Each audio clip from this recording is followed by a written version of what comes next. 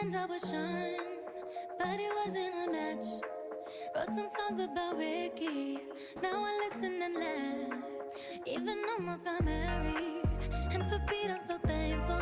Wish I could say thank you to Malcolm, cause he was an angel. One taught me love, one taught me patience, and one taught me pain.